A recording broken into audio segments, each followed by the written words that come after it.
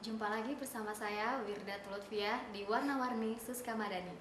Kali ini kita akan berdialog dengan narasumber yaitu Dr. Ahyar MA selaku Wakil Rektor 2 UIN Suska Riau.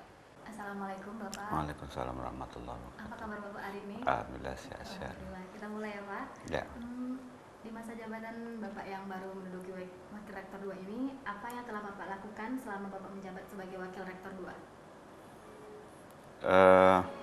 Yang pertama tentu saja sesuai dengan bidang kerja WR2 rutinitas mengenai pelaksanaan administrasi dan keuangan.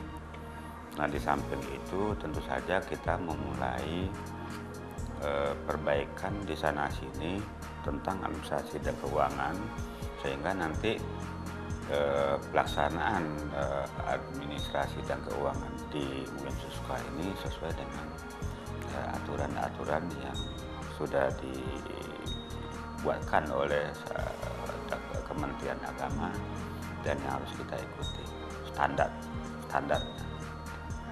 Kalau mengenai sarana dan prasarana perkuliahan, apakah ada penambahan nantinya Pak?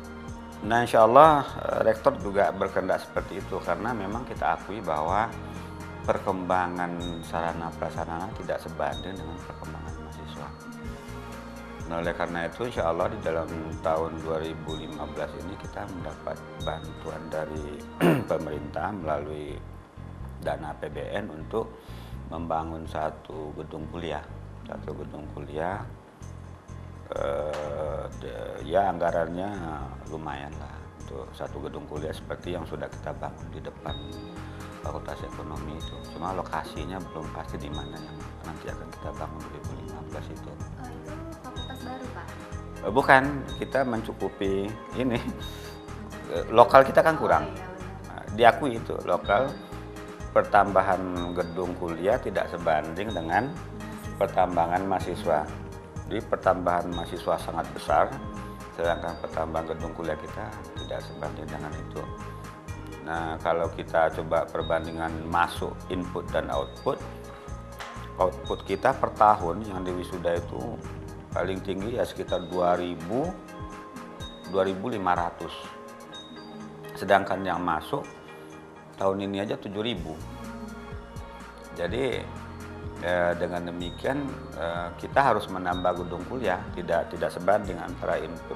Kecuali nanti kalau yang misalnya masuk 7.000 keluar 7.000 pula itu kan tetap berarti kan sarananya kan memadai. Tapi kalau dia masuknya banyak keluarnya sedikit, tentu harus membutuhkan sarana prasarana yang harus memadai. Nah, dengan mau tidak mau, dan ini sudah komitmen dari Rektor bahwa kita akan terus-menerus menambah sarana dan prasarana perkuliahan, terutama gedung perkuliahan itu. Bagaimana tindakan Bapak dalam menunjang sarana dan prasarana UIN tersebut?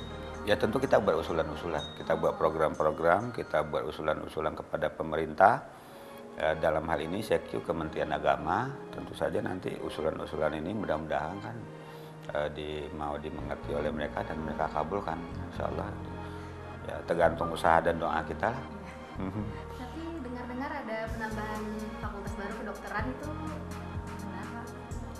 Itu sebetulnya sudah program 4 tahun yang lampau itu. Cuma persoalannya membangun sebuah fakultas kan tidak mudah, apalagi kedokteran yang akan memakan biaya yang sangat besar. Dan persyaratan sekarang itu kedokteran itu baru bisa didirikan apabila kita memiliki rumah sakit. Nah, sedangkan untuk membangun rumah sakit itu memerlukan biaya yang tidak sedikit. Nah, kecuali nanti kalau ada pihak luar negeri bisa membantu atau ada perusahaan-perusahaan yang bisa membantu kita untuk mewujudkan bangunan rumah sakit itu, insya Allah. Ya haruslah, kecuali kalau hanya kita wajib meminjam uang juga. Jadi juga kalau oleh Rektor kemarin kalau bisa diusahakan peminjaman itu di dalam negeri untuk membangun itu. Kalau untuk luar negeri paling nanti tentu usaha kita kayak IDB, itu mah IDB yang membangun gedung ini dulu kan.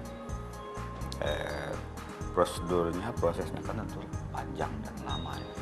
Nah, kepegawaian yang diharapkan? Kalau yang diharapkan ya tentu sesuai dengan aturan sudah di standar yang ditetapkan pemerintah. Tentu saja seperti itu. Memang sekarang bukan hanya di kita ya, seluruh Indonesia, pegawai seluruh Indonesia oleh BKN kemarin standar kinerja pegawai yang betul-betul profesional itu tidak sampai 10%. Dan tentu saja termasuk kita kan. Maka untuk masuk pada standar kinerja yang profesional itu untuk usaha kita yang harus kita lakukan. Dibandingkan sendiri dulu ya Pak? Ya tentu aja ya. Sebab kalau itu nanti kan banyak ada istilah yang kalau standar kinerja itu nanti ada imbalannya. Ini ada remunerasi ya, atau tunjangan tunjangan kinerja itu. Apa visi dan misi utama dalam program meningkatkan pengembangan pegawai UIN Karya? Nah kalau visi tentu saja tidak boleh bertentangan dengan visi UIN kan. Jadi saya tentu mendukung pencapaian visi UIN dalam bidang administrasi dan keuangan. Jadi visi UIN ke depan itu baik di bidang pengembangan nilai ajaran Islam, pengembangan pengetahuan dan teknologi, serta terwujudnya integrasi ilmu dan Islam. Nah, tentu saja ketiga ini tidak akan dapat terwujud begitu saja tanpa ada bantuan administrasi dan keuangannya. Maka dua-dua berkewajiban mendukung visi UIN itu dari sudut pelaksanaan administrasi dan keuangan. Nah, sedangkan misi tentu saja kita melanjutkan misi yang terdahulu. Yang pertama melakukan penataan terhadap fungsi kelembagaan satuan kerja dan tata laksana yang efektif dan profesional. Jadi tidak hanya profesional tapi juga harus efektif dengan menempatkan pegawai sesuai dengan keahliannya pada jabatan-jabatan tertentu. Tentu saja nanti sesuai dengan aturan yang ada. Kemudian yang kedua, meningkatkan efektivitas dan efisiensi. Jadi tidak ada istilahnya kerja yang bisa kita selesaikan 1 jam bisa berhari-hari, itu kan tidak efektif. Maka kita mencoba ke depan ini bagaimana mengefektifkan dan mengefisiensikan setiap prosedur kerja itu sehingga tidak bertele-tele. Kalau misalnya surat harus bisa selesai 1 jam, kenapa harus nunggu 1 minggu? Kalau yang pekerjaan yang bisa kita lakukan cepat, kenapa diselesaikan lambat ya? Ya, gitu. Ya haruslah. Kalau tidak tepat waktu kita rugi sendiri. Banyak pekerjaan lain yang terbengkalai. Yuk, terbengkalai satu, yang ikutnya terbengkalai. Yang lain juga ikut terbengkalai. Nah, kemudian yang ketiga, misi ya tentu saja meningkatkan kesejahteraan pegawai. Insya Allah. Mudah-mudahan ini kita memiliki dana, karena dengan pegawai sejahtera, mudah-mudahan motivasi kerjanya tinggi. Jadi ada hubungan antara kesejahteraan dengan motivasi. Ya, pegawai sejahtera, mahasiswa juga senang. Nah, insya Allah ya. Melakukan, maksudnya dengan layanan. Nah ya, jadi ketiga-tiganya itu intinya kan pelayanan. Kita ini kan pelayan. Oleh karena itu kita menyediakan 24 jam untuk melayani. Itu saja, kalau tidur ya nggak bisa melayani juga. Apa pesan dan harapan Bapak kepada seluruh sivitas UIN Karya? Kalau sivitas pesan ya kita bersama-sama membangun UIN ke depan. Kalau nanti sebagian ingin membangun, sebagian lagi ingin menghancurkan, itu berbahaya.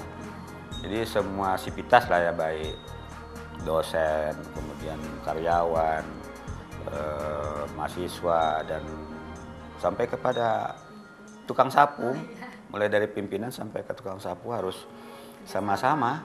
Kalau hanya sebagian yang ingin maju, sebagian ingin menghancurkan, ya berbahaya.